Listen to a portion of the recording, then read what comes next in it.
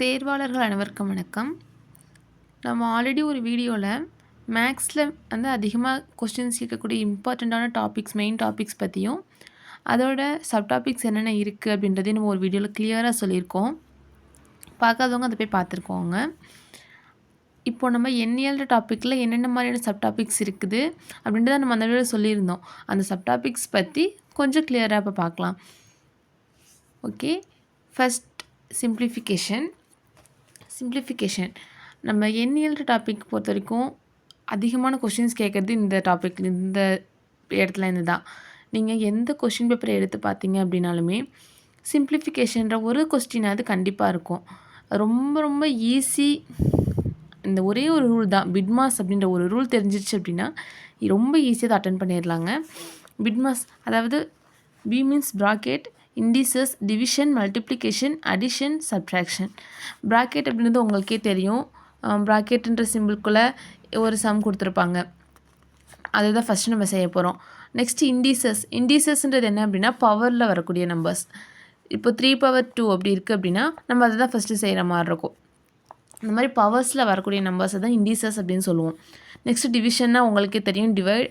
Multiplication அப்படின்றது cross multiplication கொடுத்துருப்பாங்க, அவங்களே சிம்பிள் கொடுத்துருப்பாங்க. Next addition and subtraction.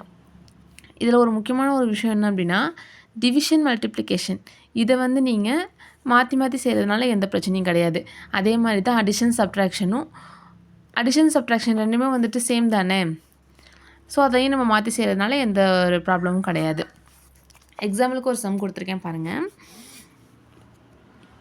இதில் ஃபஸ்ட்டு ப்ராக்கெட் இருக்கான்னு செக் பண்ணி பார்க்குறோம். ப்ராக்கெட் இருக்குது. 9 - 3 6 3 வருது. நெக்ஸ்ட்டு இண்டிசஸ் இருக்கான்னு பார்க்குறோம், இல்லை. நெக்ஸ்ட் டிவிஷன் இருக்கான்னு பார்க்குறோம், இருக்குது. 7 டிவிஷன் 7 1 வருது. நெக்ஸ்ட் மல்டிப்ளிகேஷன் இருக்கா பார்க்குறோம். 2 ப்ராக்கெட்டில் 3 இருக்குது. இதுக்கான மீனிங் என்ன அப்படின்னா 2 × 3 தானே. ஸோ இதை நம்ம செஞ்சோம் அப்படின்னா ஃபுல்லாக 6 கிடைக்கும். நெக்ஸ்ட் அடிஷன் இருக்கா, சப்ட்ராக்ஷன் இருக்கா. இந்த அடிஷன் சப்ட்ராக்ஷனை நம்ம வந்து சேர்த்து ஒன்றாவே செஞ்சுக்கலாம். 12 + 8 20, 20 + 6 26, 26 + 1 27, 27 - 16 பார்த்தோம் அப்படின்னா 11. இதுதான் ஆன்சர். ரொம்ப சிம்பிள். இந்த ரூல்ஸ் மட்டும் நீங்கள் தெரிஞ்சு வச்சுக்கோங்க. இதில் அதிகமாக இண்டிசஸ்ன்றது கொடுக்க மாட்டாங்க. அதிகம் இது வரைக்கும் வந்து கொடுத்தது கிடையாது. இதுக்கப்புறம் வரக்கூடிய கொஷின்ஸ் எப்படி இருக்குன்னு நமக்கு தெரியாதுல்ல. நம்ம காம்படிஷன் ரொம்ப அதிகமாகிடுச்சு. நிறைய பேர் அப்ளை பண்ணுறாங்க, நிறைய பேர் எக்ஸாம் எழுதுகிறாங்க. ஸோ இனிமேல் நம்ம டஃப்பாக தான் கொஷின்ஸ்லாம் இருக்க போகுது. அதனால் எல்லா ரூல்ஸையுமே ரொம்ப கிளியராக படித்து வச்சுக்கோங்க. நீங்கள் எல்லா சம்ஸும் உட்காந்து போட்டு பார்க்கணுன்ற அவசியம் கூட கிடையாது. எல்லாத்துக்குமான ரூல்ஸ் தெரிஞ்சு வச்சுக்கோங்க. ஷார்ட்கட்ஸ், ட்ரிக்ஸ் இருந்துச்சுன்னா அதை நல்லா கிளியராக பார்த்துக்கோங்க. அது மட்டுமே போதும், நீங்கள் ஈஸியாக கிளியர் பண்ணிடலாம். நெக்ஸ்ட் பார்த்தோம் அப்படின்னா கூகுள் அப்படின்றது வேறு ஒன்றுமே கிடையாதுங்க. 10^100 10^100ன்றது தான் கூகுள்னு சொல்லி நம்ம சொல்லுவோம். சரி, இப்போ கூகுள் ப்ளக்ஸ்னால் என்ன அப்படின்னா 10 பவர் கூகுள், அதை தான் கூகுள் ப்ளக்ஸ்ன்னு சொல்லுவோம். 10 பவர் கூகுள்னாலே 10^100 தானே சொன்னோம். அப்போது 10^100 இதை தான் கூகுள் ப்ளக்ஸ்ன்னு சொல்லுவோம். இதுலேருந்துலாம் அதிகமாக இது வரைக்கும் கொஷின்ஸ் கேட்டது கிடையாது. இதுக்கப்புறம் நம்ம 1 மார்க்கில் இதெல்லாம் நம்ம எதிர்பார்க்கலாம். இதெல்லாம் வந்து நியூ புக்கில் அப்டேட் பண்ண இருக்கக்கூடிய சில விஷயங்கள் தான். இதை ஜஸ்ட் தெரிஞ்சு வச்சுக்கோங்க, யூஸ்ஃபுல்லாக இருக்கும். அடுத்து பகா எண்கள்னால் என்னென்னு நமக்கு தெரியும். ஒன்றாலும் தன்னாலும் மட்டுமே வகுப்படக்கூடிய எண்கள் பகா எண்கள்னு சொல்லுவோம். அதாவது அது 1ஆல் டிவைட் ஆகும், அண்ட் தென் அதே சேம் நம்பரால் டிவைட் ஆகும். வேறு எந்த நம்பராலையும் டிவைட் ஆகாது. அதுதான் பகா எண்கள் அப்படின்னு சொல்லுவோம். எக்ஸாம்பிளுக்கு பார்த்தோம் அப்படின்னா 2 3 5. இப்போ 4 எடுத்துக்கிட்டோம் அப்படின்னா 1ஆல் டிவைட் ஆகும், 2ஆல் டிவைட் ஆகும், 4ஆல் டிவைட் ஆகும். நமக்கு பகா எண்களுக்கான டெஃபினிஷன் என்ன அப்படின்னா ஒன்றாலும் தன்னாலும் மட்டுமே வகுப்படக்கூடிய எண் தான் பகா எண். நெக்ஸ்ட்டு பகு எண் அப்படின்னா என்ன? முன்னாடி சொன்ன மாதிரி அதில் ஒன்றாலும் தன்னாலும் மட்டுமே வகுப்பட்டு அது பகா எண்ணுன்னு சொன்னோம். ஒன்றாலும் தன்னாலும் வகுப்பட்டு பிற எண்களாலும் வகுப்படுது அப்படின்னா அதை பகு எண்கள்னு சொல்லுவோம். அது இன்னும் எப்படி சொல்லலாம் அப்படின்னா 2ற்கு மேற்பட்ட காரணிகள் இருந்துச்சுன்னா அதை பகு எண்கள்னு சொல்லுவோம். இப்போ 4 எடுத்துக்கிறோம். 4ஓட காரணிகள் என்னென்ன அப்படின்னு பார்த்தோன்னா 1 2 4. 2ற்கும் மேற்பட்ட காரணிகள் இருக்குது இல்லையா, இதை நம்ம பகு எண் அப்படின்னு சொல்லுவோம். ரொம்ப சிம்பிள் தான். நெக்ஸ்ட்டு செவ்விய எண்கள். இதை செவ்விய எண்கள்னு சொல்லலாம், இல்லை அப்படின்னா நிறைவு எண்கள் அப்படின்னு சொல்லலாம். என்னது நிறைவு எண்கள் அப்படின்னா, ஒரு நம்பர் கொடுத்துருக்காங்க, அதற்கு சில காரணிகள் இருக்கும் இல்லையா, ஒரு நம்பருடைய காரணிகள் எல்லாம் கூட்டணும் அப்படின்னா அதே நம்பர் கிடச்சிச்சின்னா அதை செவ்விய எண் அல்லது நிறைவு எண்ணுன்னு சொல்லலாம். எக்ஸாம்பிளுக்கு நான் 6 சொல்லியிருக்கேன். 6க்கான காரணிகள் என்னென்ன இருக்குது? 1, 2, 3. இந்த 3 காரணிகள் இருக்கா 6க்கு? அப்போ இந்த 3 காரணிகளையும் கூட்டணும்னா நமக்கு என்ன கிடைக்குது? 1 + 2 3 + 3 6. ஒரு நம்பர் எடுத்துக்கிட்டோம், அதோடைய காரணிகள் எல்லாம் கூட்டும் போது நமக்கு அதே நம்பர் கிடச்சிச்சு. அதனால் இந்த 6 நம்ம செவ்விய எண் அல்லது நிறைவு எண் அப்படின்னு சொல்கிறோம். அவ்வளோதான். இதுவும் வந்து நமக்கு இதுக்கப்புறம் கேட்கக்கூடிய கொஷின் பேப்பர்ஸில் 1 மார்க்கில் கேட்கறதுக்கான சான்சஸ் இருக்குது, பார்த்துக்கோங்க.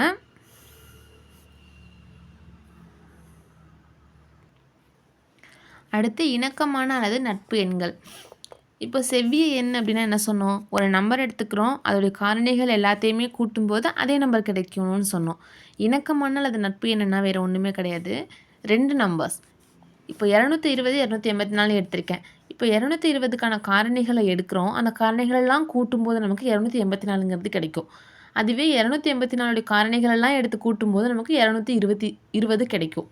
புரிஞ்சிருக்கும்னு நினைக்கிறேன். 2 நம்பர்ஸ் எடுத்துக்கிறோம், ஒரு நம்பரோட காரணிகள் எல்லாம் கூட்டும்போது நமக்கு இன்னொரு எண்ணும், அதோட காரணிகள் எல்லாம் கூட்டும்போது நமக்கு அந்த எண்ணும் கிடச்சிச்சின்னா இந்த 2 நம்பரை நம்ம இணக்கமான அல்லது நட்பு எண்கள்னு சொல்லுவோம். 220 காரணிகள் என்னென்ன இருக்குது? 1 + 2 4 5 10 11 20 22 44 55 110. இது எல்லாமே 220 காரணிகள் தானே. இதெல்லாம் நமக்கு ஆட் பண்ணும்போது நமக்கு என்ன கிடைக்கும் அப்படின்னா 284ன்றது தான் கிடைக்கும். 284ஓட காரணிகள் என்னென்ன இருக்குது? 1 2 4 71, நெக்ஸ்ட்டு 142. இப்போ இந்த நான் 5 நம்பர்ஸையும் நம்ம ஆட் பண்ணால் நமக்கு என்ன கிடைக்கும்? 220 தான் கிடைக்கும். புரிஞ்சிருக்கும் நம்புகிறேன். ஒரு 2 நம்பர் எடுத்துக்கிறோம், அதில் ஒரு நம்பருடைய காரணிகள் எல்லாம் கூட்டும்போது நமக்கு மற்றொரு எண்ணும், அதனுடைய காரணிகள் எல்லாம் கூட்டும்போது நமக்கு இந்த எண்ணும் கிடச்சிச்சின்னா அதை இணக்கமான அல்லது நட்பு எண்கள்னு சொல்லலாம். செவ்விய எண்கள் அப்படின்னா ஒரு நம்பருடைய காரணிகள் எடுத்து கூட்டும்போது நமக்கு அதே நம்பர் கிடைக்கும். ஓகேங்களா? நெக்ஸ்ட்டு இரட்டை பகா எண். இரட்டை பகா எண், பகா 3 தொகுதி ரெண்டுமே ஓரளவுக்கு சிமிலராக தான் இருக்கும். இப்போ நமக்கு செவ்விய எண்ணும் இணக்கமான எண்ணும் சிமிலராக இருந்துச்சு இல்லைங்களா டெஃபினிஷன் பார்க்குறப்போ, அதே மாதிரி தான் இது 2 சிமிலராக இருக்கும். என்னென்னா ஒன்றுமே இல்லைங்க, ஏதோ 2 பகா எண்கள் எடுத்துக்கிறோம், அந்த 2 பகா எண்களுக்கு இடையேயான வேறுபாடு 2ன்னு இருந்துச்சுன்னா, ஃபார் எக்ஸாம்பிள் இப்போ 3 எடுத்துக்கிறேன், 3க்கு அடுத்த பகா எண் என்ன? 4ன்றது பகு எண்ணாக இருக்கும், 5ன்றது தான் பகா எண். ரெண்டுக்குமான டிஃப்ரென்ஸ் என்ன இருக்குது? 2 தானே. அதே மாதிரி 7 இருக்குது, 7க்கு அடுத்த பகா எண் என்ன? 9ன்றது வராது, 10ன்றது வராது, 11. இது ரெண்டுக்குமான டிஃப்ரென்ஸ் எவ்வளோ இருக்குது அப்படின்னா 4 இருக்குது. ஸோ இதை நம்ம இரட்டை பகா எண்ணுன்னு சொல்ல முடியாது. 2 பகா எண் எடுத்துக்கிறோம், அது ரெண்டுக்குமான வேறுபாடு 2ன்னு இருந்துச்சுன்னா அதை இரட்டை பகா எண் அப்படின்னு நம்ம சொல்லலாம். அப்போ பகா 3 தொகுதினா என்ன? அதே மாதிரி தான் இதில் 3 நம்பர்ஸ் எடுத்துக்க போகிறோம். நம்ம எடுத்துக்கிட்ட இந்த 3 நம்பர்ஸுமே கண்டினியூஸான பகா எண்களாக இருக்கணும். இப்போ 3 5 எடுத்துக்கிட்டோம்ல, இது கண்டினியூஸான பகா எண்கள் தான். ரெண்டுக்கும் இடையில வேறு எந்த ஒரு பகா எண்ணுமே கிடையாது.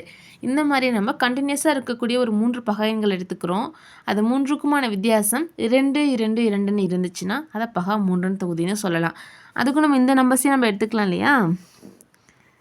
3 5 7 3 நம்பர்ஸ் எடுத்துக்கிட்டோம்.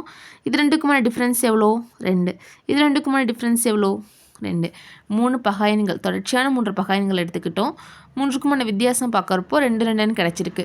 இந்த 3 நம்பர்ஸையும் நம்ம என்ன சொல்லலாம்னா பகா 3 தொகுதி அப்படின்னு சொல்லலாம். ரொம்ப ரொம்ப சிம்பிள் தான். இன்றைக்கி நம்ம நம்பர் சிஸ்டம் அப்படின்றதுலேருந்து கொஞ்சம் கொஞ்சமான டெஃபினிஷன்ஸ்லாம் பார்த்துருக்கோம். அந்த டெஃபினிஷன்ஸ்லேருந்து 1 மார்க்ஸ் கேட்கறதுக்கான நிறைய சான்சஸ் இருக்குது. இது நல்லா கிளியராக பார்த்துக்கோங்க.